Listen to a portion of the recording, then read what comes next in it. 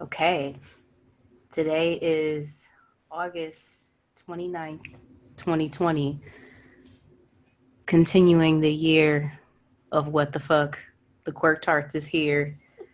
Once again, the Quirk Tarts is an adults only podcast, so we have many fucks to give and many things to talk about. If you have children, put them to bed because we ain't babysitting around here. Speaking of children, I Faye J, aka Romcom Kitten, is hella pregnant. So Woo! I got the hormones. I got a quarantine baby. I'm guilty. Other people have to be pregnant too. Like I can't be the Oh, only for person that's sure. pregnant. Like People are very I pregnant. feel like nobody else is talking about it. I feel like I know somebody else is pregnant too, but I'm waiting to see who else is gonna have a kid like around April, like me, which I found out that I'm It's gonna due be a boom. It's gonna be in the April. COVID boom. How you doing now? I'm okay. I'm managing. We have like life stuff happening and just like work stuff happening, but all in all, still just grateful for, I don't know, seeing survival in 2020. I mean, that's the bare minimum, no? Like Yep. we're still alive. We're still, for however long. But yeah, taking it one day at a time for sure. That's deep for however long. That's deep. It's Just like, each day, like yeah. let's just It do something worth it. it's just amazing to me like how resourced this country is in so many ways, but yet like Deficient as fuck. how much we fail to respect human life and like respect other people and do Yeah. the right thing. It's like I just really feel like it's insulting to everyone's intelligence and also insulting to everyone's like spirit as a person that things are so bad in the US right now. And like Yet I another really Black yeah, life is on the news yeah. now, and he's lived to tell the tale. But man, Yep, this Wisconsin's one, on fire.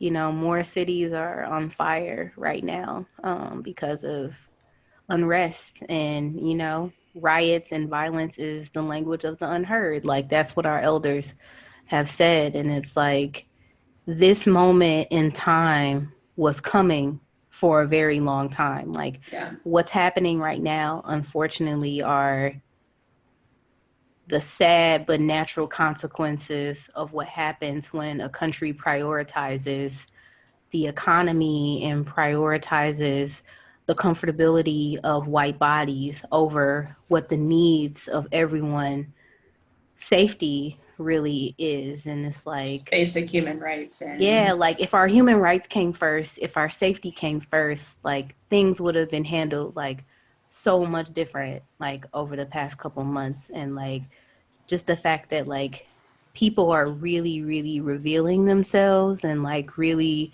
showing their true nature and showing how they really feel about other people and like still misusing their power, like it just don't feel right, you know. we have a 17-year-old man running around with rifles, um, shooting at people, defending what he thinks is his. Like, if that's not a picture of the state of our country right now, like, I don't, Yep, and the police drove right by him. They yeah, drove right by him, but yet they shot an unarmed man in the back. yeah, And it's like, and it continues to happen. I think I read somewhere that in 2020, there's only been 12 days this year where no one was killed by the police. that's 12 deep. days in this whole year. It's September. Yeah, in this whole year. And people are still angered and confused by the notion that folks are asking to defund police. There are people who Yeah, are angry about that. And it's like defunding the police is a strategy to help create more positive change. You know, police have been incentivized to do whatever they feel like is necessary to meet their quotas and to uphold the agenda of Right. powerful people. And it is still very Right. clear that the agenda of the most powerful people in this country is still white supremacy dominance and capitalistic dominance. That is still the agenda from the people at the top, though it is very clear that it is not the agenda of good and normal American people. I think good and normal American people want things to be equal. I think they want things to be fair, even if they don't exactly know what it looks like. I Mm-hmm. think that even people who voted for Donald Trump, like that are misguided and confused about his leadership, even some of them, I still feel like if you ask them, they will say to you, sure, I want things to be equal. I just don't know who's the right person to do it. And like, sure, Right. I might be like giving people too much benefit of doubt, but like I've done trainings, not talk too much about like my profession, but I do education for adult learners and I've taught hundreds of students, and I do know that like there are people here that do care about justice. I just think that we've been so deeply miseducated that we don't really know what it should look like, and that we have fear about how to move forward because we've been taught that like too much change is uncomfortable and that somehow we lose if other people win. And what we have to do is like train ourselves to unlearn that, so that when somebody who's a leader, when somebody has a solution that says, hey, actually defunding the police will decrease brutality and killings, that we'll say, okay, we haven't tried that before, maybe that will work. We want to, you know what I Yeah. mean? It's like we have to Yeah. have more humility and more understanding for a diversity of strategy, I feel like. If I was to give the general public, the benefit of the doubt, is like, I think there's an immense, to kind of piggyback of what you said, I think there's an immense skepticism of which path to take, Right. because of, for us, the abundance of information. For example, I just wanted to look up if rather the Republican National Convention or the Democratic National Convention had more viewership. That's all I wanted. That's all I Googled. And I had conflicting articles. Every other article said something different. I'm like, I Right. can't even, not this, it isn't even telling of who's going to win, because people will want to like hear the other side regardless, Mm-hmm. like for know thy enemy in a lot of ways. So like the viewership count doesn't like mean anything, but articles are wanting to spin it however way they want to push whatever agenda from wherever dollars they're getting it from. Right. But like even simple data points like that are misconstrued and like Right. are biased, and the general mass public knows this, and so they can't trust anything. Even if you said something as rational, as practical, as pragmatic as possible, they're like, but who's saying this? And like, like Right. So they're more likely to believe what they've always believed our because, sense of reason is, right. we don't have a focal point. We're not centered in what we believe is right. Our moral compass has been like spinning all around, and like we just can't, you know, return back to the basics of like, what Yeah. are fundamental human rights that we can all agree on. For some reason, we cannot get to a consensus on that alone. Yeah. And And yeah. anything that you build off of that, yeah, it's gonna be bad. It's not going to like, Yeah. so. And it's like the thing that people really don't want to hear is that we are here at this point and it is on purpose. It is by design. Like Right. it is by design that 2020 was fucked up because Yo, we there's have been, like California's on fire. yeah, There's two hurricanes in the Gulf of Mexico. Mother Nature basically just like y'all fucking this shit up. Like, y'all need to go, leave, exit. Your stay is unwelcome. You have, Yep. and you know, in addition to COVID, like the biggest news that's happened in the last 24 hours um, is Chadwick passing away from colon cancer. And Mm-hmm. when I saw that, I like was in literal disbelief. Yeah. I didn't even know how to react. What about you when you kind of saw it in your Yeah. media feed? I was in shock, and then I also was thinking, damn, like August 28th again. Like August 28th is a really strange like date in the ether, like in the ether in the cosmos for Black folks in the diaspora. Like so many things have happened on the day of August 28th. Like one of them,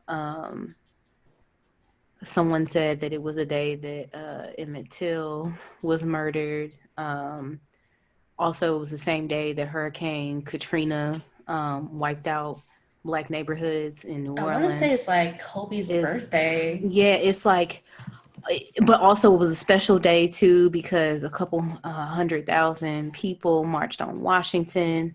Like Yeah. it's a very complicated day for Black folks and for Chadwick Boseman to also, Actually, I like Kobe's birthday was earlier this week, but yeah, regardless, yeah, August yeah, always feels like a heavy month for some reason. for him to also transition and become an ancestor early on that day is also just like, wow. It's like one more reason to remember this day for complex and difficult reasons. But I would say that, like, I'm not naive enough at my age to believe that people are entitled to long, healthy lives.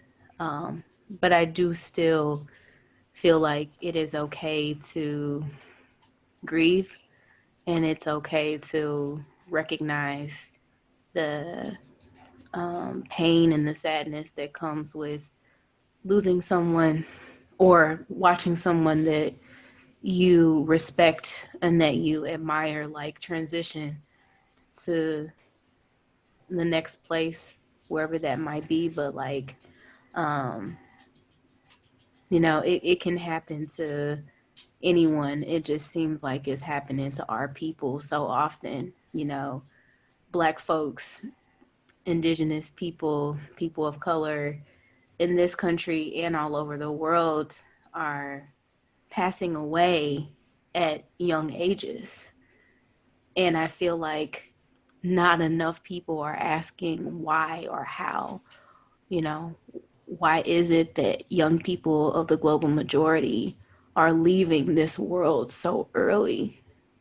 Um, I just hope that his family and his friends and people who knew him are comforted right now, and that they're able to stick together, and that people who are with them are taking care of them, because I'm sure that it's a difficult time. Like, also, in addition to him, all the people who have gotten sick from and passed away from COVID, it's like real life. Like, for this country, like I said before, to be as resourced as it is, for this many people to have died from this illness is infuriating and insulting. And Yeah. I feel mad about it. It's hitting everywhere. Like, even in my own family, we're dealing with it right now. And it has been difficult and it's been stressful and scary. But, like, we're fighting and we're trying. And, like, I pray that we'll get through it. But, like, for the people listening, like, just don't give up and, like, keep believing that we can get through this, because some of us will make it to the next era of history and, like, be able to tell the story. And just like some of us were still here, like, ready to fight and, like, ready to be here for other people. So I just hope that you all are doing stuff to take care of yourselves, because it is really, really a difficult time. Like, I feel like every person has a story right now about how difficult things have been. And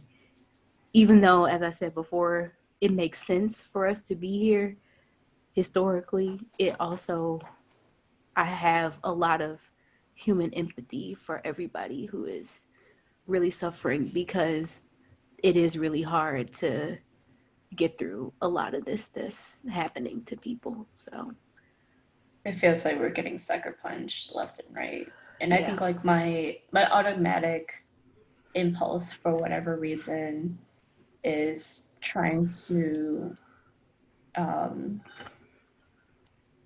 whatever being positive means, like the how Chadwick sacrificed in the name of his art form, in the name of like inspiring others, in the name of bringing something to American culture, to Black culture. At the same time, having to fight like that um, in the public eye, and do that in the public eye, while noble and amazing of him to do. And this will inevitably propel so many different people and inspire them to go and do so many great things. And I think it's also pushing inspiration and hope into a lot of um, individuals that probably were seeking that push to get out of whatever rut or whatever hole that they're in right now. It With all that being said, I'm like, it's still also like just not fair. And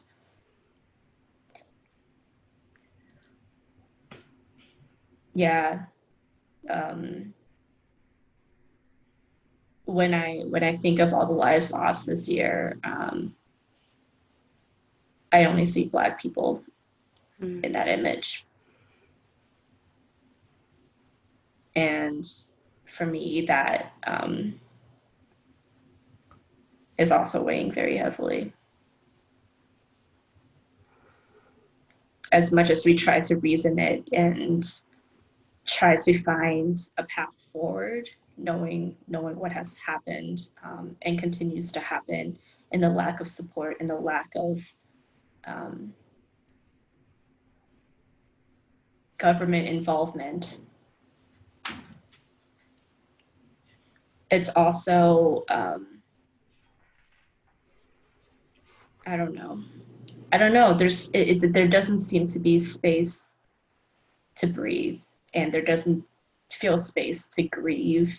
Um, we're no one's putting the pressure on us either.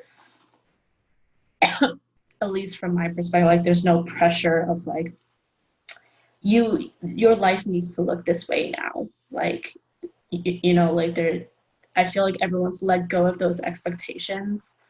Um, but at the same time, I do feel internal pressures of like trying to present myself as if nothing is happening all around us. I While it's not part of like my daily life per se, it's also very much a part of my daily life. Like you don't feel the impact, but you feel like the chips, like the sucker punches, like in boxing, how they like tire you out, like they just like, just tire you out, and then hopefully you just don't have the strength to continue. That's kind of what it feels like right now to me. Yeah, I think that's a really like perfect way to illustrate it. It's just like we just getting worn out with stuff Yeah. back to back. But the thing that's been helpful to me is um, thinking about what my baby's face is gonna look like. Like that's been really big old forehead. Don't be. Hey, my baby might have a nice forehead. I have a big forehead. My baby has a 5 head. Like he, the biggest forehead in the world. No, my baby might be a little Tweety Bird. My family used to call me Tweety Bird when I was little, so my baby might be a Tweety Bird, or my baby might not be a, well, a little Tweety Bird. We'll see. But also, It's like, exciting to think about, though. yeah, To I've have something been, to look forward to. yeah, and like, it's also stuff that I'm worried about too. Like, I'm scared shitless. Like, I'm about Yo, to even have a without child. COVID, it's Yeah, scary. Like like in addition, right? bringing another Black Indigenous person into this world is scary, Yeah. in general. But You know, you you know, told me once that um, having a black child is also part of the revolution. I am. I used to say stuff like that all the time, but now I have to remember things that I say to other It, people, I and it's mean, like, honestly, it's what keeps me going yeah, is remembering that. yeah. Um, our legacy is like the work and the fight, but it's also our families too, Yeah. and bringing more happy and healthy and knowledgeable people, the global majority, into this world with love is also an act of resistance. And so I'm gonna try it. I'm gonna go for it. And I just like think about what my baby's face is gonna look like and all the stuff that I'm gonna try to do and like all the places that we'll try to go and stuff like that. Like that's what's been helping me stay inspired. And then just like a lot of TV, to be honest. Like if I don't know what I would do without the TV or the internet right now, because I have been like deep into the television. Like, Me too. Me I'm too. even starting to notice like when the haircuts are off or like when the outfits changed between scenes, when the nail colors are wrong. Like, I'm so into TV right now. I could be a whole like TV producer. Like, my attention to You should do detail it. is so like in tune. Like, yep. There was you remember, I think in the last episode we were talking about, we watched It's Okay Not to Be Okay. Hmm. I started to notice when Young's nail color wasn't supposed to be changed yet. I was like, they painted her nail color, but in the last episode, her nail color was blue, and this time it was Ah. white. And it's like, they didn't do that one right. Or it's like, okay, this was just a scene from like a couple hours later. How would she have changed her nails between like when this happened and when that happened? And like, it's just weird that I noticed stuff like that now. I did notice her nail colors, but I didn't really pay attention to the sequence of like the colors. But yeah, for Mm-hmm. sure. Well, Did that's how into you TV I am right now. going back to Chadwick a little bit? Like, do you remember when you watched Black Panther Oh the first yeah, time? like we saw it like 3 times in the movie theater, but I think the first time we saw it, oh man, don't make me cry. But the first time we saw it, I think I was with my family, so my husband, my sister, my brother-in-law, and my mom and dad. We all went to see it together, and we wore like matching dashiki outfits. Super.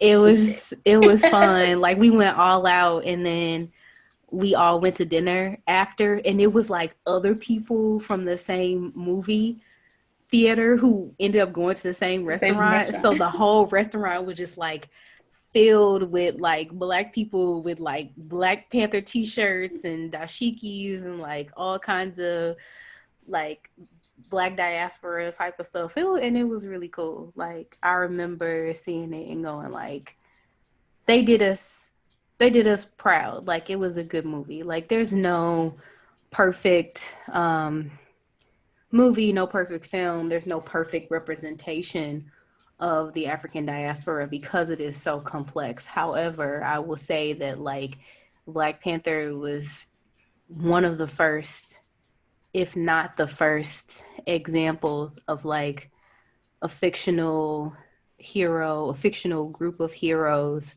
who are from the continent, who had character development and were heroes who like saved the day and were also proud to They were also be complex African. Right. And characters. they were also Right. complex characters. And then also I appreciated the dialogue between T'Challa and Killmonger about um, legacy and like the importance of how we build our legacy and about the notion about like if legacy is in blood or if legacy is in your work or if it's both.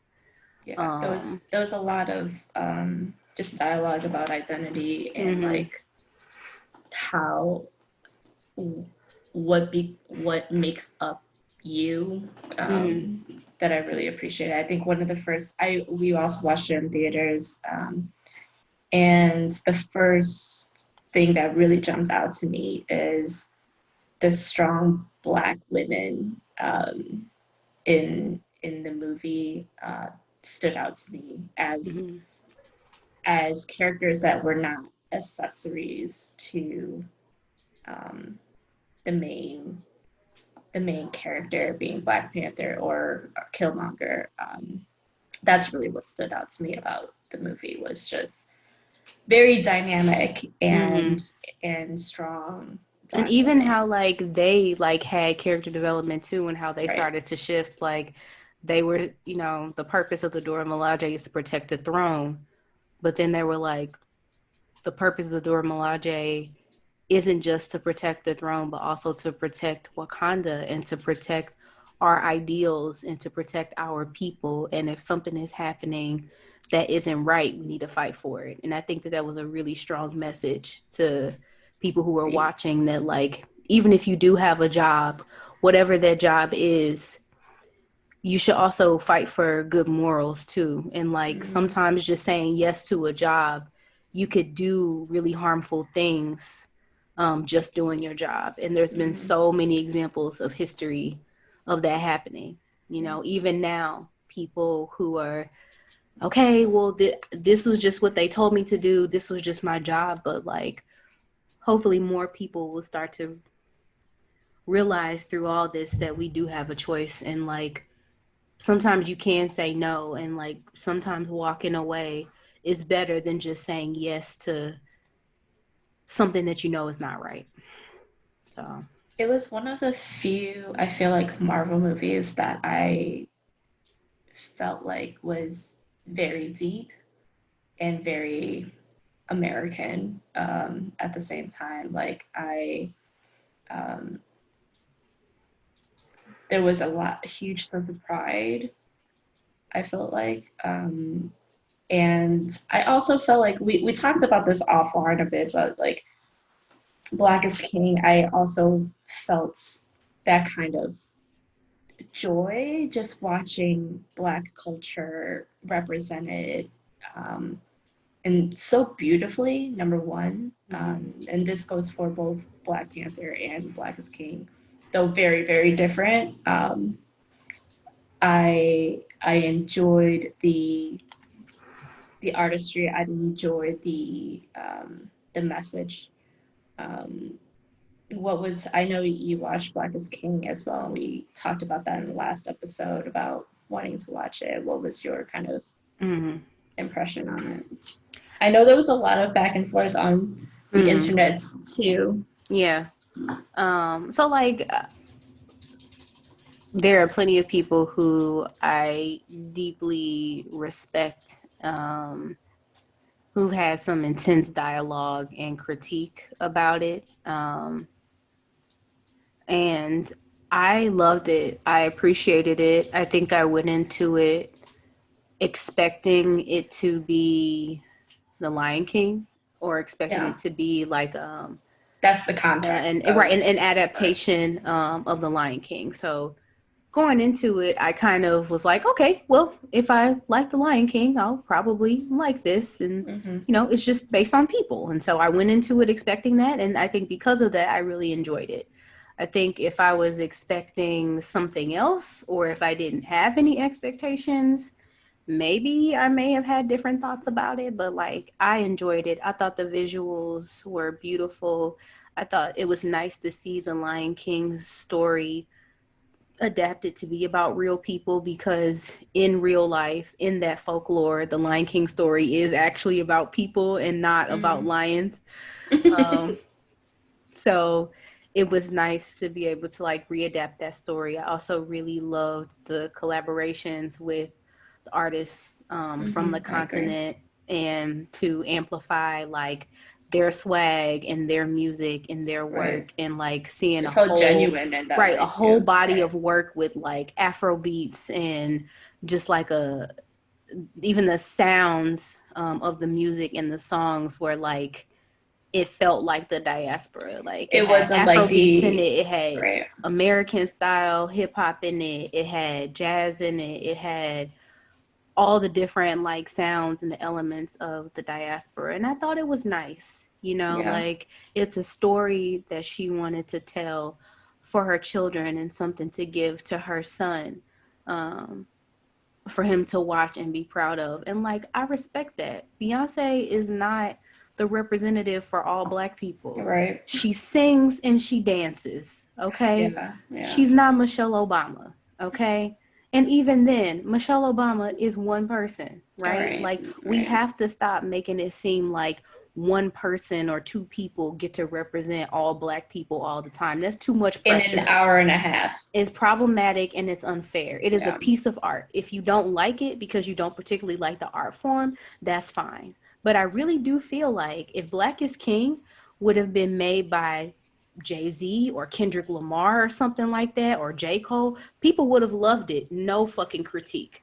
Mm. It's just because we don't like black women. Like there's stuff that doesn't look good on black women, like being powerful. Mm.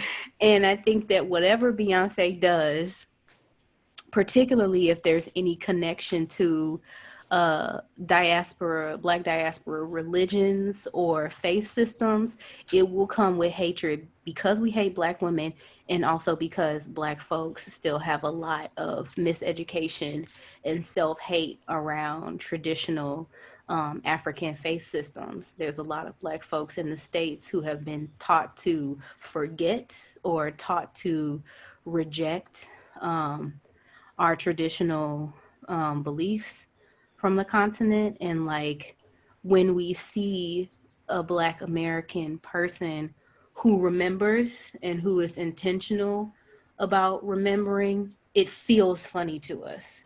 Mm. And it's just so funny to me, like it was people who I didn't even think were Christian or whatever who were like, I don't like that she was doing that, and that's devil worshiping, and that's the Illuminati and blah blah. I was like, wait a minute. When did you become a Christian? I didn't even think you liked that kind of stuff. So you okay with tucking your crystals in the moonlight, but something's wrong. Beyonce's a witch for like doing Black is King. We need to do better. So Yeah. I'm just saying, I'm not gonna go on my black people gotta do better rant right now. And at the same time, take a deep breath. It is the Lion King. Either you like the All Lion right. King or you don't. It is Right. fine. She didn't set out for this project to be a full representation of Black history and African like. No, it is entertainment. It is song and dance. Either you like Mm. it or you don't. But all the dissertations about it, I feel like it's unnecessary. And the other She wasn't. thing, It would be different. It would if she was devaluing, you know, right? the culture and its people. But that was far from what Yeah, she was doing in my eyes. yeah, and like yeah, but that's the thing too. Like also things that have never been really done before also met with Mm. criticism, and Right. this is the That's true. first time where there was a like highly funded collaboration between a major African American artist with major artists from the continent. This is the first time that has happened, and like made into this film and put on Disney Plus. Like it was history, it was historical. And so things that never happened before, sometimes people criticize it because they don't know what to do with it. Mm. But for the other side, for people who have more of an analysis, particularly about like the capitalistic point of it, you know, oh, Beyonce is a capitalist or whatever. And it's like, Okay. And you read a book about capitalism one time.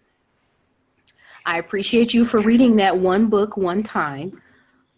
And capitalism is a little bit more deeper than a person who sings and dances getting a deal on Disney Plus Look, one time. there was nothing but black folks in that art form, And and here's the she thing: like black people can believe in and uphold capitalism as well, right? And so I'm not right, saying that analysis is unfair. And I actually did enjoy some of the analyses that people had about, you know, just the role of black capitalism and if it is appropriate for artists to promote it and things like that. I'm fine with that dialogue so long as it is a dialogue, right? yeah, The issue that I had was other artists who came out the woodwork. I'm like, hold on. I had to flag No Name because it's like, hold up, sis.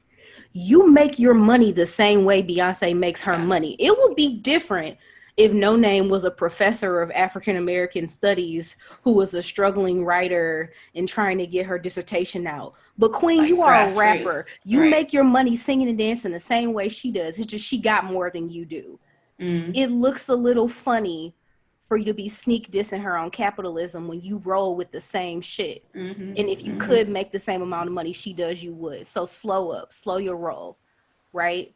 And continue to educate yourself, continue to read, yeah, continue to try to expand your knowledge. And every single belief that you have and every single viewpoint doesn't apply to every single identity of person the same way every single time. That's the thing. These isms are nuanced and they mm, don't always apply neatly to every single situation. So, like, keep your eyes open and keep your mind open. Like, yes, I think there is a valid analysis in there somewhere about cultural appropriation.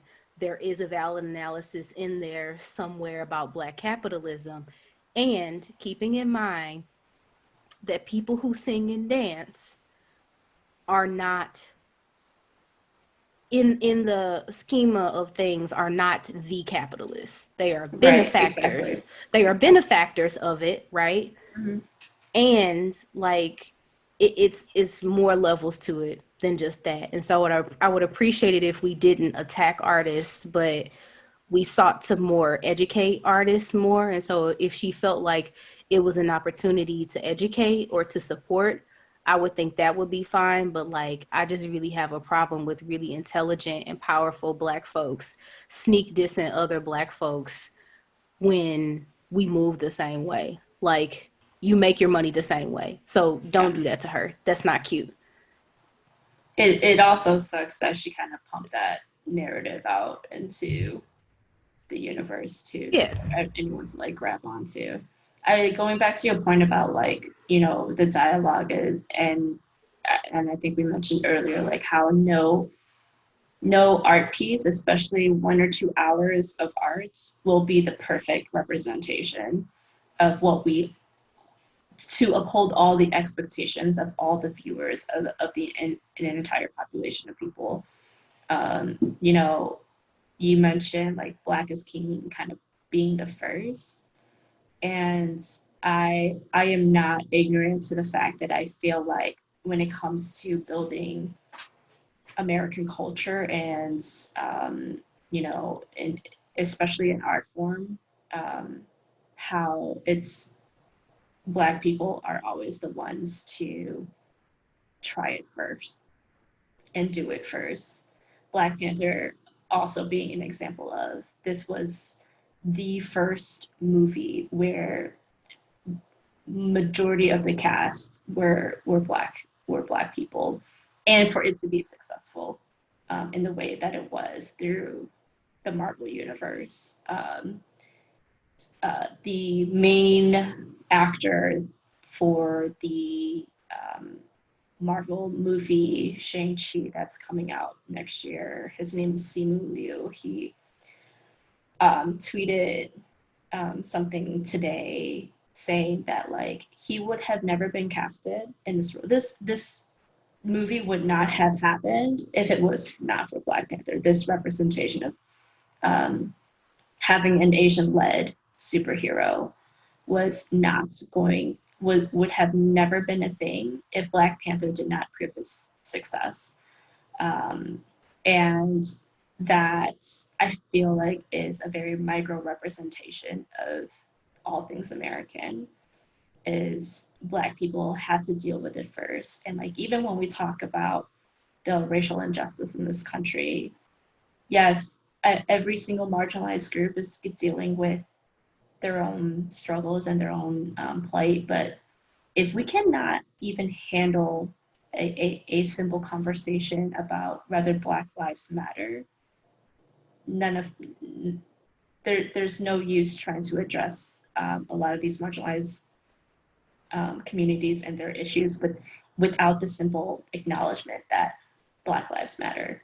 Like off the backs of Black people, are we able to even be here in this country?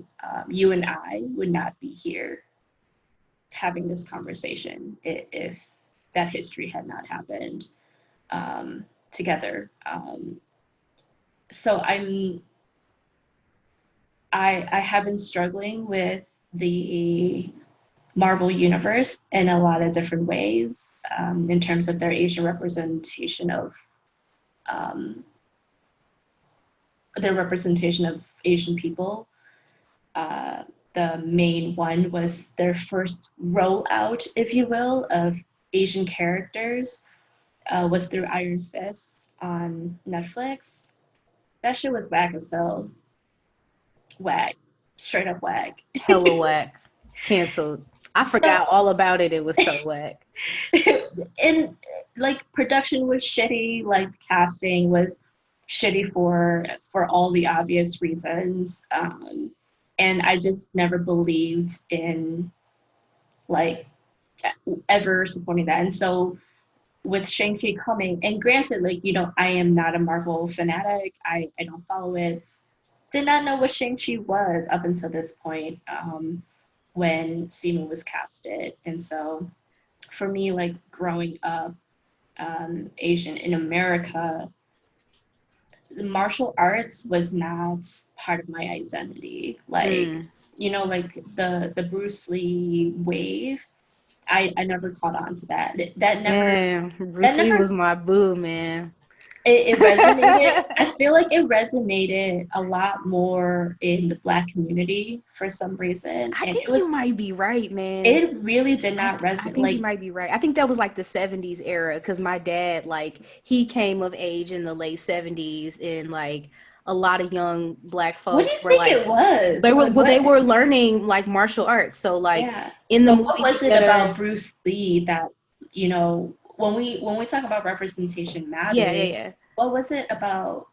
What was it about Bruce Representation. Lee that they saw that I, resonated? Like even as yeah. Asian folks, we couldn't latch on. I can't Uh, speak for all Asian folks, of course, but like we've never talked like about Bruce Lee. Interesting. You Well, know, yeah, growing up. I think like there's a lot of reasons why like Bruce Lee's legacy really resonates with black folks. Like in the late 70s as, you know, cities were burning down, New York, Chicago, East Rodney St. King. Louis, Yeah. like all over the country, like in the late 70s, high poverty, crime and stuff, and black folks are trying to learn how to defend themselves. Mm, And in the movie theaters, the cheap movies were the black exploitation films and the kung fu movies. mm, And like seeing Bruce Lee like have connections with black actors like Jim Kelly, they was like, oh, Bruce Lee, Asian dude, he down. You know what I mean? And he right. was like helping black folks learn how to defend themselves, I will like speak from having personal meaningful experience. relationships with Yeah. other black martial artists. They were like, oh, he cool. And then also Yeah. his swag, like he was very like animated and how he Yeah. moved his body, like and stuff. We're like, yeah, we want to, you know, we want to fight like that. He has flair, he has style, you know, and like I think that like really resonated with young black folks in that 70s era. So when they See, had children, we grew up watching those movies too because our parents really loved those movies. that's really funny to me because is it because we Asian American, like Asians growing up in America during that same era, we never saw ourselves as cool. Like we were never like you know like like we didn't see us. I saw myself in Mulan. I did not see myself in Bruce Lee. Me and Bruce Lee share the same last name. Mm. We came from the same region of China, and I'm just like I don't know what Interesting. the appeal is.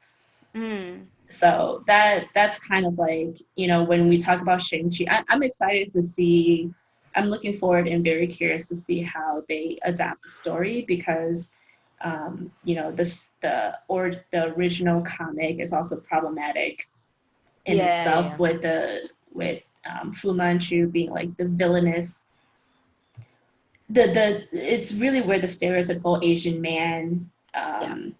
character what what's the word you know the clown if you will for the stereotypical Asian character is Fu Manchu and The P word. mhm mhm I'm not gonna say it. It's not my role here, but but like I'm interested they had to for this particular movie coming out next year they tweaked it because they actually didn't own the rights to that character Mm. which I don't even know what that means really. Yeah, I don't either.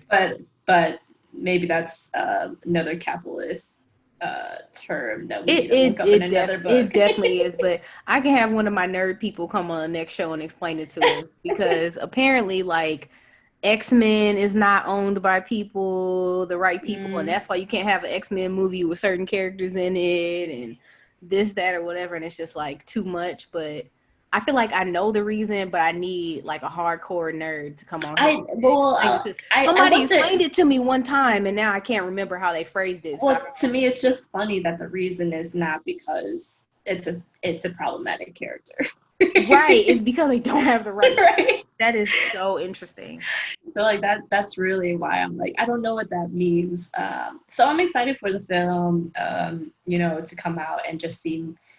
And it's funny to me that the rest. I'm so glad that they cast a Simu, who is kind of like a rising star, and most people don't know who he is. Well, they need to I know. They need to know. Like I know him through Kim's Convenience Store, and if you have not watched that Yeah, on Kim's Netflix, you need to Convenience. watch that. I like it. Um, I think it's a cute show. I like it. But then, like the rest of the cast members, I feel like are from Crazy Rich Asians. They're like, oh, we need that same cast because we don't know how to scout other Asian folks in this industry. We'll Man, just steal some people from Crazy Rich Asians and like they'll be down, right? Um, right.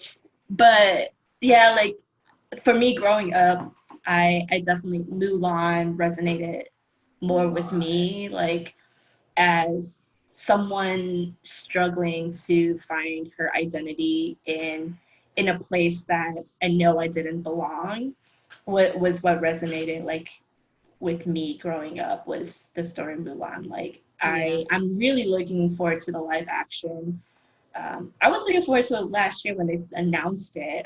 I was really excited because I was really um, curious and also very happy that they casted people outside of like the big names. Like they looked for actors in Mm-hmm. China to do the work. Mm. And so I was very curious to see how big they would blow up. I was waiting for their blow up moment. And the fact Yeah. that it's been delayed with COVID, like made it very disappointing. And so now it's going to be released on Disney Plus next week on the 4th. But Yeah. you have to pay $30 to see it. I guess Cause I would have spent shout out, yeah, $30 in the right. movie Shout out to theater. capitalism, but here we are. It's supposed I'm to paying it because I'm watching Mulan. Like that's it, my childhood. Like I have it to watch Mulan. it's going to be free in December on Disney I'm Plus. not waiting till December. I'm I'm gonna not watch it waiting for now. December. We Like gotta watch Mulan now. we should because like I do want to support and show Disney like this was a Mm-hmm. worthwhile endeavor Right. for you. Right. Continue to do things like this is Right. kind of what I want to prove. So I hope people show up for that. Man, I loved Mulan when I was a kid. Like, it was my shit. Like, I just really love that story a lot. Let's get down to business. Man, Yeah. Mulan was my joint. Um, I do feel like one of the things that they can't get away with again is the Eddie Murphy Mushu Yeah. dragon. They had to cancel that part, I'm pretty sure. Like we need to leave that one in the 90s. But I wonder how they do that. I wonder if it's kind of something similar like Aladdin with Will Smith in the live action. we're not gonna talk about that one right now. We're gonna leave that one on the shelf for next time. But I'm excited to watch Mulan. I really like that story a lot. It's like my childhood. It definitely resonates a But lot. like beyond Crazy Rich Asians, I'm just also I'm looking forward to original content again Mm, that represents my people that are beyond like martial arts and like yeah. Yeah. all of that like that our diaspora is also Hmm. complex and s- spans a very wide range of experiences that we have yet begun to crack open in Because America. right now, like other than Crazy Rich Asians, like And even Crazy Rich Asians is a different kind of mm-hmm. conversation Uh-huh. about Uh-huh. Crazy Rich Asians that Uh-huh. are a very, very small percentage Uh-huh. And of really, people. like it was a very nice, like Yeah, rom-com depiction of Crazy Rich Asians because right. like the real Crazy Rich Asians can be like on the next level. You know what I Right. mean? Like, cause we watch these K dramas a lot, and you got like Crazy Rich Asians, you got like Sky Castle. It's like Right. the reality is like somewhere in between that. Um, For those of you that don't know, Sky Castle is a K drama that is about elitism mm, in South Korea and like how far um, families will go to ensure and secure that elitism through their children. they be going in. You got to give them an A+ for effort because like there's some shit I'm just not gonna do, and they like nah, we going in like. Like our ancestors, like you are going nowhere but up. Like that's crazy Yeah. for real. But like yeah, other than Crazy Rich Asians, like the only other majority Asian American cast are like Harold and Kumar stoner movies. Like, can you think of Yeah. any And other like and major even that motion was like picture budget even that films? feels like a outlier because I still feel like it was told from the lens of a white person. Mm. Even crazy, even like I'm sure Cal Penn's feelings will be hurt by that, but he'll also be it. okay. There's elements of it that where I feel like it to tailor to the white audience, to tailor to mass appeal. Mm. And Crazy Rich Asians also felt like that. Like they wanted to ensure that there was mass appeal, that they didn't see this as an Asian film that only, and Mm. of course there were remnants of it that only Asian people got, but they wanted Mm. to make sure the core of it still resonated with, everyone that was not Asian. And when they saw the film, and I feel like that, and I'm curious if this was the case or not. I feel like when most people watch it, they didn't see a bunch of Asian folks like on screen. Like, and maybe that's a different conversation about just racial, um, relationships in America. But Mm. I feel like the and maybe that's just coming from a very skewed perspective that I have too. Um, I think I understand where you're coming from because, like, unfortunately, we still we're grouped with right, white people, right? right, Like right, right. we're not part of the minority. Mm-hmm. The vast majority of people think that we broke through some Mm, sort of bamboo ceiling. mm. Or some of that's That like kind of based on like skin color too, or even Exactly, nationality. just colorism Right. in Because general. not That all Asian people are model minorities. nope, Like nope. people from Cambodia, people from Thailand, people from Laos, Philippines who are dark skinned, Hmm. who are living in the hoods in But LA and we are St. not Louis and just stuff like like, that, you like they know, don't get to be model minorities. Like they're exactly. going to jail at the same rate as black men. Like kids are getting pushed out of school, Being kids are mistaken getting for being put into Hispanic gangs and and all yeah. kinds of stuff too. Yeah. Like so it also like it's but yes, I feel like the light skin Asian East accent. Asian prototype that Right, right, right. is associated with model minority as well as wealth, Right, right, right. as well as the ones that can climb the corporate ladder versus the ones that cannot. Right. You know, as enjoyable as much as I love the movie, you Yeah. know, and kind of going back to I feel like the overall theme of a lot of things that we're talking about is no one thing is going to be the perfect representation. There's going to be Right. like dialogue about how the next film, how it can take steps towards whatever that perfect thing is. Is that Right. just the state of our country right now? Like, can we just take steps forward to at least go in the right direction? Like, knowing we're not going to be perfect tomorrow, Right. likely not going to be perfect, get into a place of equality and just justice in our lifetime, but can we at least move towards that direction? Yes, you know, neither candidate is probably our ideal envision of like the perfect president, Right. but can we at least like, yeah, we're probably taking a detour right now, but can we at least go straight-ish? Right. Word. Exactly. Yes. Yeah, I'm with you on that one. What Yeah. else are you watching nowadays? Man, I am watching a lot of TV right now. Let's see, I've been watching. So here's the thing. Like, I kind of trust Netflix recommendations of stuff that they think I will like. And so I'll How just go often are down. they? How often are they right? They're usually 100% accurate. It's like if Netflix thinks I will Algorithm like the down show, pat. yes, they have me down. They know exactly what I will like.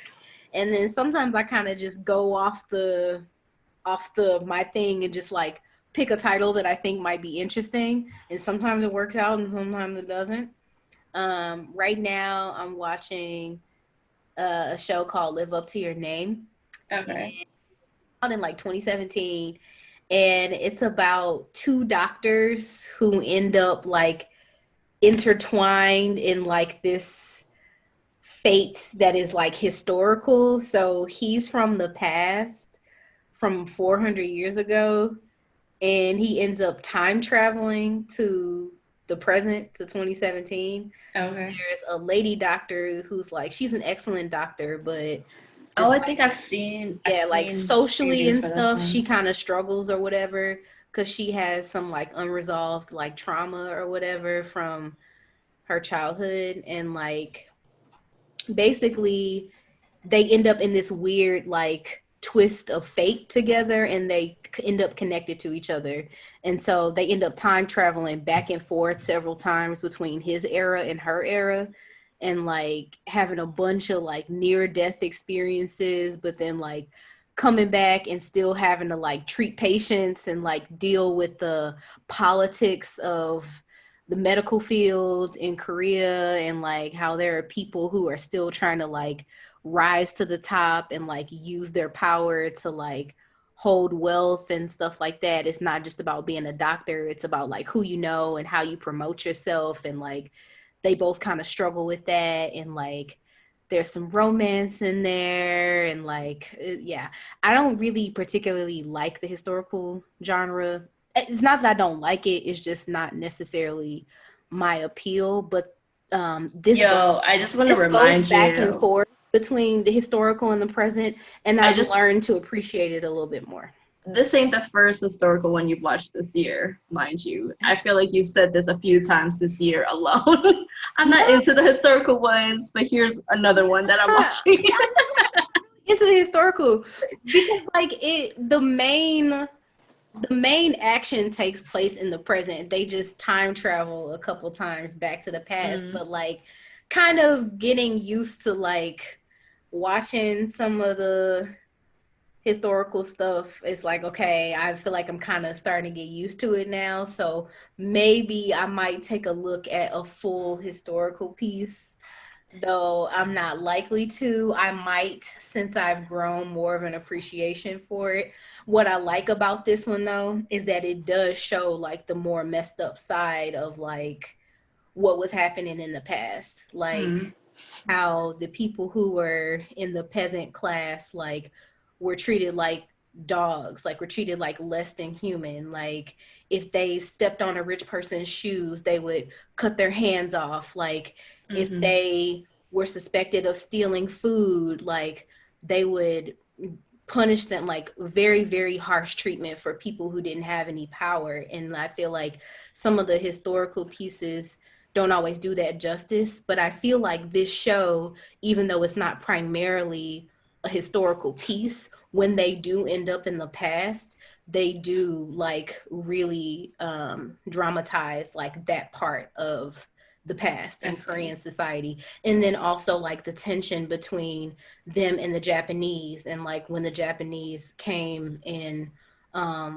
took their land, and like just how devastating that was, and like how people had to work together and stuff like that to try to come back from it, but still didn't really ever recover from it, and how like Japanese colonial rule has still had such an impact on Korean people. I just feel like that dialogue is really interesting. So That's interesting. I might have to check I that like one the out. show for that reason. And then I also have been watching Was It Love, which is like How caught up are you right now? rom-com, totally my Just style, quirky lady with a whole bunch of dudes who are it's probably right up out your of her alley. league, but like they all are like head over heels for her, and they all just kind of like fight over her until she figures out who she wants to be with. I think I'm on episode 11 or 12 now. Okay. I'm caught up through this week. I've So been there's watching one so left. many shows, so it's been like literally I impossible. don't know how you juggle all of them because my plot lines like start to intersect in my brain, Well, trying to keep them all I together. get like 4 hours of sleep every night, so that's how I start watching TV like around 9. If I watch like 1 or 2 episodes of everything that I watch, You fall into a hole. right, exactly. Which I so like, which one which guy do you want her to end up with? It you becomes know, very clear at the like after maybe like episode 13, 14. It I becomes think very that clear who it's she's gonna gonna be. end up with her baby daddy, though. Mm. Like, truthfully, I kind of want her to end up with the teacher, but I feel like it's not gonna happen. But it is what it is, you know. I feel like this story is kind of like setting them up for her to get back together with her little college boo. But that's up to what I've Yeah. seen in episode 11. That might not be Yeah. true, but I can't spoil it for you, obviously. But I think given everything that's happened through episode 15, I think they're trying to wrap it up nicely so that everyone is in agreement of who she ends up with. So yeah. like there's no like hurt feelings. Huh. Well, I don't really feel like the gangster daddy would be That upset. would have been cool though. That would have been cool though, because I'm here for him because he is fine. And I like scary dudes sometimes. So I was like, yeah, she should get with the gangster daddy because she'll have money, they can kick it, Right? Those two could she can be make as many movies as siblings. she wants. They could be gangster wherever they go. For me it was like those two that this they'd be like step siblings and they could just like, Yeah, but that be would be together kind of forever. mean to the boy because he clearly I likes the mean, I girl. think the boy just like because he doesn't normally have friends or just Mm, mistaking a platonic relationship yeah, with so they with could me. be siblings and it would Yeah, still be fine. But yeah, yeah. yeah, it's like I like a part of me was rooting for him, but I know that's not gonna happen because I feel like his feelings for her are more like endearing and protective because she reminds him of like the woman from his past. Right. And so I get that part. And I think it's really cool to like show a nuanced side of a gangster person. Like we think of people who wheel and deal in the dark market as like bad guys, but like I'm still not sure I if he's a forget bad guy or not. I forget. Oh, so then you haven't gotten to that part. His story begins to unravel. Oh, okay. Cool. Yeah. So we'll see about that. But like I like the teacher. He's my favorite so far. But also like she don't like him. Not like that. But I hope that they give him a good ending. and then also the actor, her I knew who he was gonna end up with, like episode 8. Like I was like her like big bro character. Yeah. He still I think has endearing feelings towards her, but I think that he should let that go. Like he should just take that L. Like if you didn't make it happen 14 years ago, right, and you blaming other people for it. It's like you should have shot your shot back then. Like right. If like you shouldn't have let him swoop in if you have feelings for her. You know what I mean? Right. But it was a good one.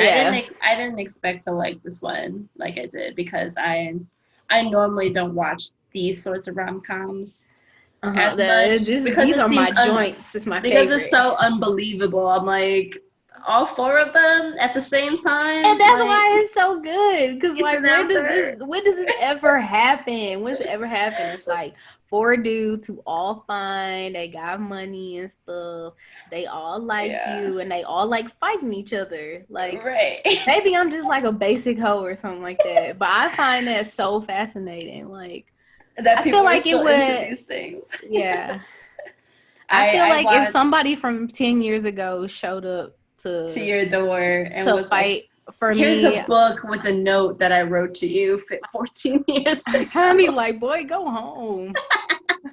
Boy, go home. Like, you would think that they were like, you would probably call the police. Like, how did you find my house? I mean, like, no, boo, go home.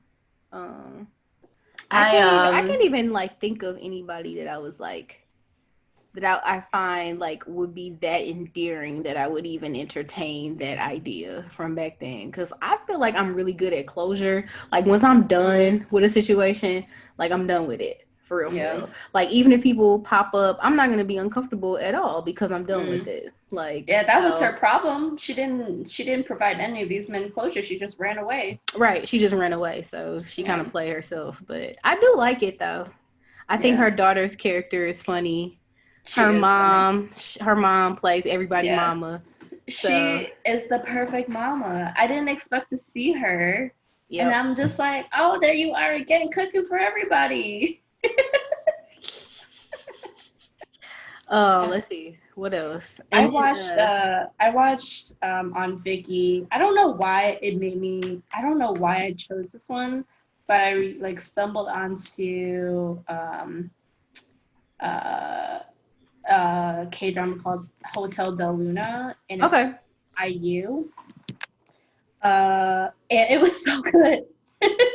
Okay. It was so good. The premise is about how IU's character died 1,000 years ago. It's very similar to like Mr. Papa Bar. Okay. So like she died like 1,000 years ago, and part of her like punishment, if you will, is being the owner of this hotel that is for ghosts. So like ghosts, when you die, you go to this hotel to rest, or like in the people's like the servants of the hotel will make sure you get your last wish or whatever you need to do to like take care of unfinished business in the living world before you move on to judgment or whatever. So yeah, man, a lot of twists and turns, and that it was a good one. That was on Viki, and cool. I like the ending. I like the ending a lot because it was believable. Like, how is this of course she's gonna have like a love interest, but the woman's a 1,000-year-old ghost, and her love interest is a human being. What is the realistic not that any of this is realistic, Right. but like what does the ending look like? And I feel like their message at the end was Right. they wrapped it up nicely. And they suggested, although I don't know, I'm not. Would you? I don't know if you were planning on. There's Don't a spoil it. I might cameo. watch it. I might watch There's it. a cameo at the end that I was just like, oh, I know you. I was like, is there going to be a two? Oh my god! But it might just be like a tease Mm. to keep Okay. people like interested. I don't know if they're actually going to do it, but yeah, I watched that, and I also watched. I finished that. That's how much like I've been watching since the last time we did our episode. I've already finished like 3 K dramas. So that one, and I also finished Lawyer, and Okay. the main character is the woman is I think her name is So Yi Jin. She the main character off of It's Okay to Not Be Okay. I love her. I'm She watching the show with her in it right now too. yeah. So this one's about like a lawyer who used to be a gangster. The Okay. male character used to be a gangster, and he's a gangster because a lot of the things in his past that went wrong, like his mother died and was killed in front of him, Mm. and him tracking down and serving justice to the person that murdered his mom, and so ultimately Mm. he became a lawyer so that he can kill this person by the law instead of Mm. kill them with like actual killing. And Okay. then there's like a childhood connection with the love interest that is Yo Yijin. Interesting. But that was a good one too. I'm watching one with her in it right now called Save Me. Hmm. And it is rough. Like it is not a typical drama that I will watch. Um, but Rough in what sense? it's really good. Well, let's see. How do I explain it without spoiling anything? Basically, her character moves to this small town with her family from Seoul because her dad is like going through some financial stuff, and so they get a house or a property or something like that, and so they relocate. They get down there only to find out that their dad was like swindled. So they Mm, basically have to completely start over. And there's this church who kind of runs the town in a lot of okay. ways, but the church is definitely a cult. It's a lot more than just a church, and they have a lot of power in the town. And so eventually her whole family gets sucked into this cult, and she's like, don't you all see what's going on? Like, these people Mm, are not what they seem to be, and like murders happen, sexual assaults happen, all sorts of crazy stuff happens, and I'm only on episode 6. Like this show goes there. Like it is crazy. Meanwhile, there's is it four. on Netflix? Yeah. Meanwhile, Oh, there's like 4 young guys who also live in the town who went to the same high school as her. And so there's a time jump between episode 5 and 6, I believe. And so, like 3, 4 years later, they see her again and they notice that she's still sucked into that church. And so they're like, oh man, like that's our girl. Like she's been through so much, we got to help her. So they're trying to devise a plan to help get her out of the cult, as she's also trying to expose this cult for like all the terrible things they've done to people in the town.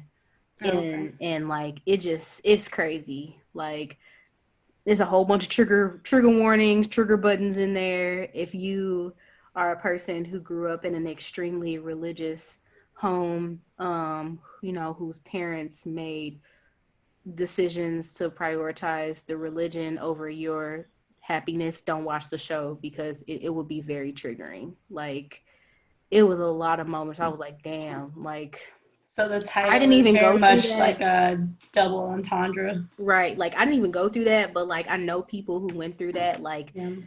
their whole family moved to like a compound and just had to live there, and like the things that they went through being really young people and not having any power, like still going through therapy for like all that stuff. So like So is there no romantic elements? I don't think a romance is gonna happen. Like it's not even that type of show. Like Okay. it's about are these characters gonna survive to Or episode not, 7? right? Right. Like there's a couple people who've already died in the show, Mm. main characters, and it's only like episode 6. So like it's crazy. Like that's a drama for real. It sounds like one of the few of the episodes from Walking Dead. Yeah, it's crazy, and yeah, it's definitely not a typical show, but it's pretty entertaining. So I have to find out how this ends. Like I'm so deep in that I got to keep watching it. So I'm suffering through that one, and then the only other like drama that I'm watching, kind of picking up sometimes, is Unlucky Ploy. So for some reason, there's a Thai version of Another Miss O. Oh yeah, Yes, I think I there. saw this come up too. Yes, it is the Thai version of Another Miss O, and I like still haven't seen Another Miss Out yet. it is ridiculous. Like it is ridiculous, but for Are you some just watching it reason, for fun? I had to like I had to finish the whole thing. I had to finish Mm. Another Miss O because I had to figure out how it was going to end. And I'm kind of feeling the same way about this Thai version. Even though I'm pretty sure how it's going to end, I still have to see it anyway. It's Yeah, like it's going to be terrible, but I'm still going to watch it anyway. I I get will that. say though, and this is probably racist, but I feel like I like this version better because I feel like the actors are more attractive. Like that's probably fucked up, but like I feel like the Korean version put more average looking actors in Mm. the cast than they typically do. I feel like the casting directors didn't do that great of a job with casting because they made the second leads are more, maybe I just find the second leads particularly more attractive than the leads, but like Hmm. the lead woman, she's a great actress in the Korean version, but like I wouldn't say that she's like the prettiest or like the sexiest type out of all the actors. So like some of the stuff she was doing like didn't really look natural on her type. Like I would have thought that she would have played more like a quirky or like a cute character. So it was just interesting, like how Miss O is like characterized anyway. I feel like there's too much flip flopping in her character development, so it's hard to kind of like her in general. And then also with the actress being more so average, it's just kind of like, but I feel like the Thai actress is she's like the typical like light skin like Thai aesthetic or whatever. So I feel Mm. like, and I feel like they're characterizing her to be more of a cute type. um so I'm just curious about like if characterizing her differently will make the story more enjoyable or not. It might not. I feel Hmm. like the story is still kind of trash either way. Like I don't know who wrote this and why, and I don't know there's been There's so multiple many versions of why there's been it. multiple versions of it, or even why I keep watching them. Like why do we keep watching this? It's like it's something about that story that's interesting. So I guess I'm watching Unlucky Ploy now. And then the only other thing that been watching that I'm like obsessed with is the Rough Riders Chronicles. So BET did a series like the real story of the Rough Riders. So clearly I am over 30 because I feel You know what like the Rough Riders right, I feel like are. people who are like 25 or younger listening to this is probably like You don't know nobody who's 25 or like under. they're probably like who's the Rough Riders? Like what We'll is look that that? up. It's like They're gonna so look up like right, ROUGH. right, right. No, so it's Rough Riders. RUFF Riders with a Y And and that's how then you knew it was the 90s too. It's yes. like we couldn't Yes. spell anything with the right letters. Like Yes. everything, I's I's were replaced with Y's, S's were replaced with Yes. Z's. Exactly. Yeah, so the Rough Riders like true story on BET is wild. They talking like DMX is actually on there telling his story it gets super emotional at times Really? because like he has a lot of pain and like you can still see it. Like he's a very, very interesting person, and like hearing his story in his own words and like him trying to like defend some of the really bad things that he's done, but also like talking about some of the good things that he's done too, and just like he wants to be a good person but he doesn't know how to, and like it's just crazy. Mm. Like I think it's a really fascinating story. So they talk about pretty much all the major artists from Rough Riders. So DMX, Eve, the Locks, Swiss Beats. I know all y'all young people don't know none of these people, but y'all probably know Swiss Beats because he's still working. He's a He's married to producer. Beyond Alicia Keys. We don't claim they marriage because that was not of God. Alicia Keys swooped in on his other wife, so I don't claim that. But they're in a domestic partnership. But here we go. So Swiss Beats is still working, but we kind of know Eve as an actress now, but she was actually a really dope rapper back in the day. So if you don't know Eve, check her out. And then also That's Jen. like They talked mind-boggling to about me. Jen too. Do you remember Jen? I do. Man, Jen should have took off. It was racist Yeah. because people were not ready for a dope Asian American rapper. They were just They're not ready still for not. it. They were just not ready for it. They're still So not now. he used to crush those 106 at Park Yeah, Freestyle he was really Fridays. good. He was It really was really good. good. So I remember that vividly. I remember vividly Jin and like just I mean it was a one of those one-time successes I feel like. hmm But I feel like he was man, the black community really accepts Asian people. I would say that. we be accepting everybody. That's our problem. We too accepting sometimes. It's like, oh, we forgive you. You nice. We forgive you. Come give us a hug. It's like, but you know what? That's also a good thing about us. I think we need to collectively continue to be forgiving and caring, but like also don't forget too. You Yeah. know, you know. Yeah. But like, yeah, like Jim was hella dope. He had a full deal with Rough Riders. Like he put his album out, but like radio stations wouldn't spin it, and What's like he doing now? also the media like wouldn't support his stuff. Like I feel like MTV Yeah. didn't know how to market him, and he was really only getting love from BET, and like since he just kind of fell off after that. I don't know what he doing now, but he was dope rapper though. What happened to Jin? Yeah, I don't know. I don't know what happened to Jim, but yeah, that's Rough Riders Chronicles is very interesting. They also got a No Limit one out too, so I'm checking that one out next week after I finish like the last episode of this Rough Riders one. The So only thing that I like article that might signal what Jin is doing now is Chinese American rapper MC Jin talks about his new parenting reality show. he got a parenting reality show. Jen the dad. That's cute. Speaking of Oh my daddies, gosh. Jen daddies, BTS is gonna be on the VMAs tomorrow, Yeah, are you and gonna watch or are you just gonna watch the YouTube clip of the performance? I'm watching it. I'm watching it. I actually have MTV on this YouTube TV upgrade that I got. Yo, you So wanna feel old right now? yes. Rapper Jin is 36 years old. What? It's a Chinese Wow. reality show with with his son Chance, who That's is 6. crazy. Wow. Yeah, yeah, That's yeah, yeah. crazy.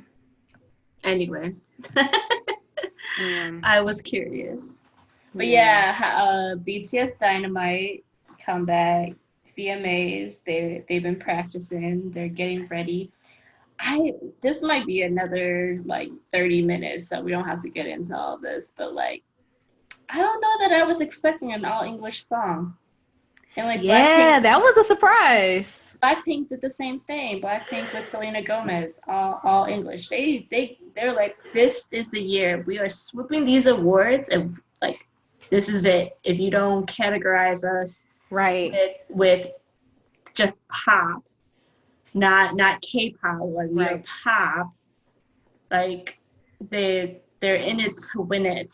Right. before Jin leaves. You know, that was the first thing I thought too, like all the commentary about how Jin doesn't have a lot of lines and stuff. I'm like, because he's leaving soon. They can't promote the song without, like, if Jin's going to have more of these lines. Do you know they had a protest truck stroll up to Big Hit talking about y'all doing Jen wrong? It's like, now y'all know Jen don't want y'all to do that. That's unnecessary. Don't do that. That's not about him. That's about you. You also know, like, the group's not like that. Yeah, like why, man? They're not intentionally leaving him out. For me, I'm just like, he can't if he has to, like, ship off soon. I don't understand. Maybe it's because I'm old. Like I really like BTS. I would definitely say that I'm a fan. I really like them. I think they're awesome and talented at everything.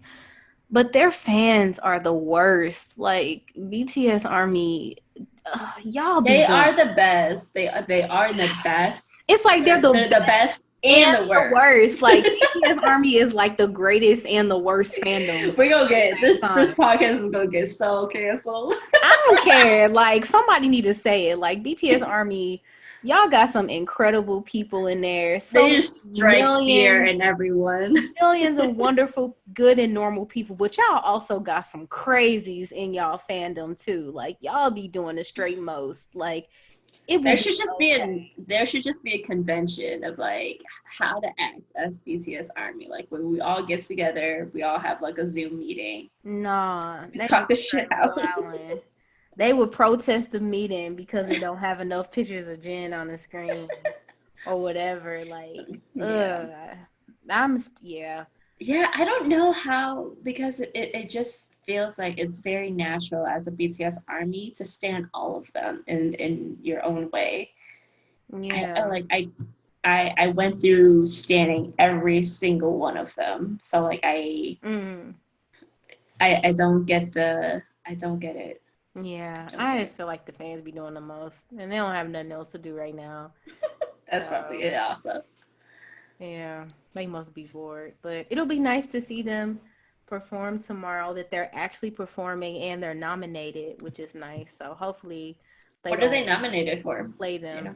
I don't know if it's collaboration or if it's a video, but I think they do have at least one nomination, if I'm not mistaken. I think they do have one nomination. But you might have to fact check me on that one because I'm not sure. Yeah. But Song of the Summer, best group. Okay. Song of the Summer. I kind of want to see like who the contenders are. BTS, Harry Styles, Taylor Swift, and more. Ugh. So, best group is going to be 5 Seconds of Summer, then 1975, Blackpink. I don't know who that BTS. is. I know who Blackpink is, obviously, but Chloe and Haley. Okay. And they're a duo, though. Do they get to be in a group? CNCO, Little Mix, Monster X. Mm-hmm.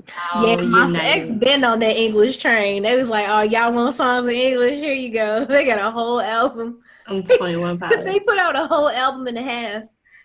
So, Song of the Summer, the nominees are, why are there like 20? It's like, oh, so I guess BTS didn't make it for the summer. Yeah.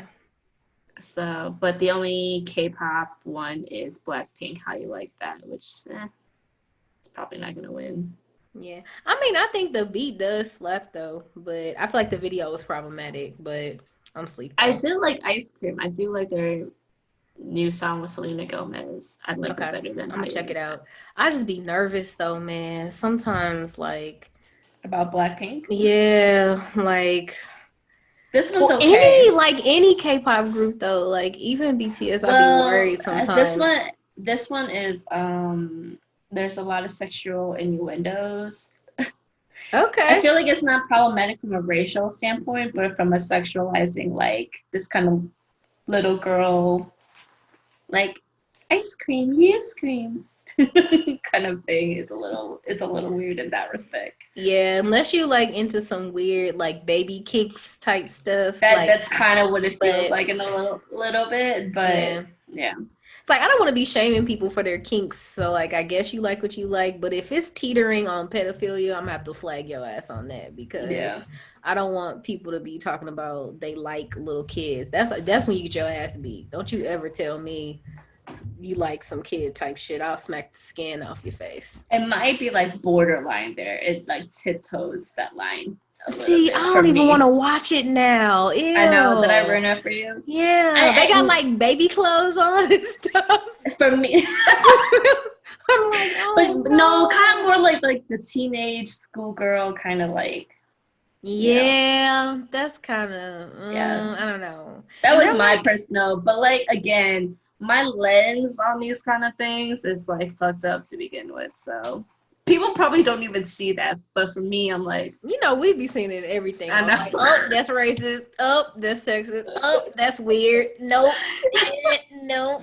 But and I feel like this is gonna be another topic, but like I feel like that's part of Blackpink's appeal. That's part of Selena Gomez's appeal. That's part of like Ariana Grande's appeal. In my Yeah, like, that's true. you know, like Ugh. when they said like Selena Gomez, I was just like, yeah, like Ugh. that's a good collab. Like I feel like they kind of match because their image is kind of the same, like Yeah. that they don't really see them as grown women. It's kind of sad though. It It's is. like, it's like their image is that we don't see them as grown women, but they also like hypersexualize them at the same time, and it's just like, That's the thing that's like a little cringy for me. yeah. Yeah. But I hope that it's like decisions that they're making On themselves their own, and not right. their like management that's forcing them to do That's it. pretty much why I'm like it's not like it's there because it does feel it's still in line with I feel like who I think Blackpink represents themselves to be.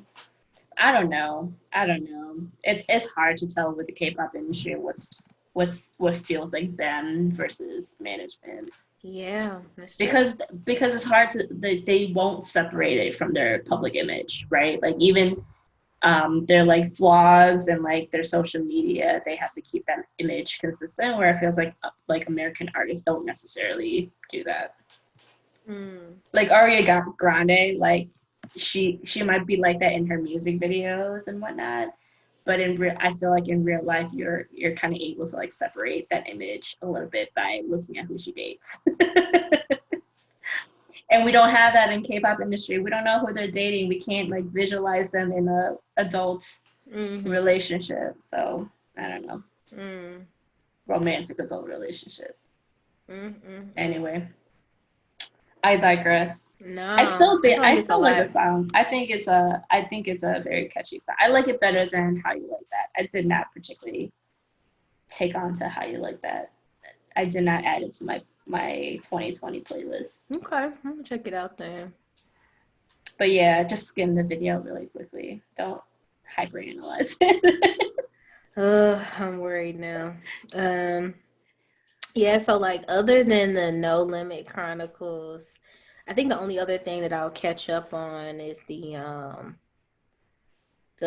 Black National Convention that Oh yeah, live did that streamed. happen? Yeah, they live streamed it Okay. yesterday on YouTube. So I think I'm like maybe about halfway through. So I'm gonna pick up the rest of that because I think it's important to watch that and really keep up with what's happening and how folks are power building and just how we discuss like strategies for moving forward and things like that. So I'm excited to finish up watching that and some of these other crazy ass shows that I'm struggling through right now. So we'll see. Anything for you? No, yeah, I think we're both really into just watching TV instead of listening to music. I'm sure I'll pick it back up towards the end of the year as like there's like award shows and whatnot. But yeah, I don't know. The K dramas seem more appealing to me now than the music. I feel like because it's all starting to sound the same. Unless it sounds like the Cupid Shuffle. Who said that? Who said that? And that finally has resurfaced, and we called that shit though. We was like, who's gonna say? Who's gonna say something to Cupid about this? And I think he was really, really sincere and like professional in his response about it. Like I agree. how he was talking about it on his social media and stuff. And he's like, look, I don't want to attack the artists at all. I'm sure they're talented people, but like we need to work out something with their management to make sure that I'm paid what I deserve. And like I think that was really cool. Like he definitely took the high road, and like he didn't have to, but he did. Right. So right. I agree. Yeah. I agree. Mm-hmm. Yeah, we called that. I remember listening to that. I'm just like, I was like, wait a minute. This is the Cupid Shuffle. I'm like, this is the Cupid Shuffle. I'm like, y'all. It's such a hit. It's such a hit though. Like in the K-pop world, like everyone caught on to it. And maybe they just don't listen to the Cupid Shuffle in Korea. Like we listen to every single party. We're listening to the Cupid Shuffle, so like we know that tune. But maybe they didn't recognize it there and just thought, what was it? It was like inspired by the early 2000s. Like K-pop. Name names. Yeah, inspired. That is hilarious. But anyway, no, I am likely going to. There's no more dramas for me. I'm like wrapping up Was It Love after this week, so I'm gonna have to pick up something else. I almost kind of like what we do though, where we kind of watch different shows, and then so we have like instead of talking about it, like we always have a show that I feel like we're watching together, but then we watch like two other ones on our own, and it kind of like helps us spread it a little bit so we can like have a breadth of content. I think I'm finally gonna pick up The King Eternal Monarch and No, don't do it. I feel like it's gonna disappoint you. I'm gonna pick it up. Everybody who loves K-dramas that I know, like other than you, they really liked it. And then I think I'm gonna pick up. I think I'm gonna do Crash Landing. That was kind of on my list of like perhaps doing. So maybe you do that one. I'll do Crash Landing. We'll come together and be like, was it worth it? Okay, cool. Because I feel like we both like hesitated on both of those. Because it wasn't really. But I felt like that for Was It Love too. Like when I watched the trailer, I was like, nah. I don't know. But then I got into it and now I really like it. So let's be honest, is there a lot of K-dramas that we like start that we don't finish? No, not really. There's only been a few that I started that I didn't finish. Yeah. So okay. All right. Till next time then. I guess we'll have the verdict on those two. And hopefully, I don't know, is it a good hope that we won't have to talk about Black Deaths next time? Yeah. Maybe. Seems to be consistent in our episodes. And which I appreciate, because I think we set out this journey wanting this to be about K-drama, but with all the things happening, I feel like we spent half of the episode talking about race in America, and then the other half on like K-drama show. Right. Well, that is now our new theme. Right. Like, we figured out. We'll be talking about some racism. We figured out our format. Exactly. Yeah, just for the 5 people who listen. Hey, thank you. Shout out to you. If you're back in school, if you're back at work in person, please stay safe and healthy during this time. Take care of yourself and find some joy. Do something to fill yourself and to fill your own cup. And I just wish you all like safety and health and peace of mind during this time. So sincerely, till next time. Bye. Bye, y'all.